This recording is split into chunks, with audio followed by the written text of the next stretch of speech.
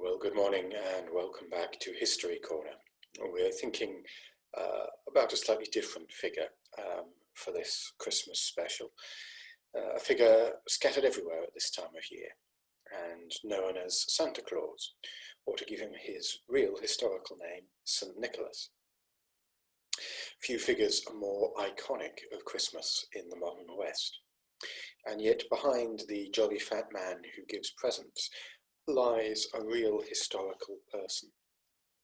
A person who grew up in the Roman Empire and grew on to become a Christian priest and bishop, and who, if he saw how much his name is thrown abroad at this season instead of the name of Christ, would probably be out there tearing down and burning every Christmas display he could find.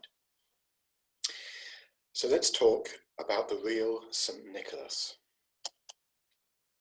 St. Nicholas was historically known as St. Nicholas of Myra, or of Bari, which is a town, modern Denver, in the southern edge of Turkey. Tradition says that he was born on the 15th of March 270 AD, about 300 years after Jesus, and came from a wealthy Greek family. He and his parents were quite well to do, and early on in his life became a Christian minister, a Christian priest, and later a bishop. He was imprisoned under the persecution of Diocletian for his faith, and may or may not have experienced torture and violence for being a Christian minister at that time. A little later on, when the persecution had let up, the stories begin to circulate of the good deeds he did as bishop of the city. And the one which has particularly given rise to the Santa Claus myth is a story of a local man, a local Christian, who was severely in debt, and as a result was unable to provide a dowry for his daughters. In those days, when a woman got married, she was expected to bring a dowry, a sum of money, into her husband's family as part of the foundation for their new family. And so if you didn't have a dowry, you probably couldn't get married. And being unable to afford dowries and facing the prospect of being imprisoned or even executed for debt, the man was in fairly dire straits, and his daughters were looking at a less than ideal future. And the story is that St. Nicholas crept out at night and put a bag of gold through the upstairs window of their house. Here's a 15th century Roman fresco of St. Nicholas doing his wall climbing. And with the bag of gold, the man in debt was able to provide a dowry for his first daughter, who was able to get married. So St. Nicholas crept out the next night and did it again, and his second daughter got married. The third night, the man lay in wait and caught St. Nicholas and tried to thank him, and St. Nicholas swore him to secrecy. And said, "You mustn't tell anyone about this, because I don't want people to focus on me instead of God." Ironically, the story seems to have got out and to have become the basis for a Santa Claus story that has almost replaced the birth of Christ as the image and the face of Christmas.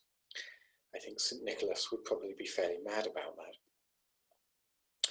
Besides being a bishop noted for his gifts to the poor and for his miracles, St. Nicholas was also apparently known as a fierce defender of Christian orthodoxy, Christian teaching. And there is a story that he went to the Great Council of Chalcedon around 320 AD. And that while he was there, he encountered the arch-heretic, the leader of the Arian heretics, Arius, and promptly laid him out with a punch to the jaw. I should say that this story is not well attested at the time. It doesn't start appearing until much later, and I fear is probably not true. But it became very popular, partly because it was a story of Nicholas's passion for the faith, and indeed that it had been costly, that he lost his role as a bishop temporarily as a result.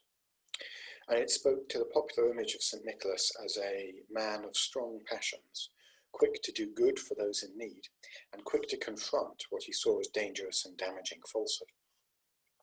The fact that the story probably isn't true has not stopped it spawning a legion of internet memes. Brownie points to whoever gets the reference in this one. I came to give presents to kids and to punch heretics, and I just ran out of heretics. Or this one that I quite like. He sees you when you're sleeping, he knows when you're awake. He knows if you've denied the divinity of Christ, so if you're an Arian, duck. A very different St. Nicholas to the jolly fat man in the North Pole. This St. Nicholas was a flesh and blood character, a man who could lose his temper, a man who cared passionately about the truth of Christianity, and a man who was willing to give up most of his considerable fortune to help those in need. I think we can learn a few things from his story. Generosity and humility, of course, stand out.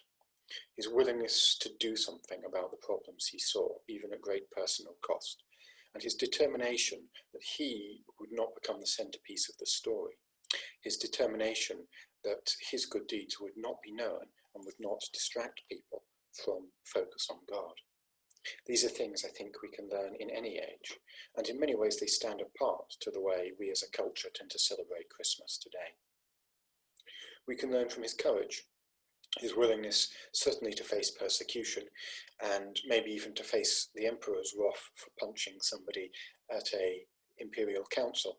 While we wouldn't condone his methods of ecumenical dialogue, his willingness to face severe consequences to stand up for the truth is something that, as in so many of these early saints, shines through. I think we can also learn something from his story, and that's how stories change from the challenging to the comfortable. The original St. Nicholas was a figure who challenged us to be sacrificial, to be willing to give up our wealth for those in need, to be willing to face dire consequences to stand up for the faith. And somehow that story has changed into a very comfortable myth about a nice jolly man who brings presents at Christmas. We like to take stories and quietly wash the challenge out of them until they become faded to something soft and comfortable that doesn't stimulate us to anything difficult or costly. We've done it with the story of St. Nicholas. Let's be sure we don't do it with other stories. Above all, let's be sure we don't do it with the story of Christmas. That Christmas doesn't just become a sentimental, cute, nice story that loses its earth-shaking meaning and its challenge to change our lives. Let's not let that story be turned to the soft and comfortable. Because if we do, I suspect St. Nicholas, the real St. Nicholas, will not be happy. Thank you very much, and a Merry Christmas to you.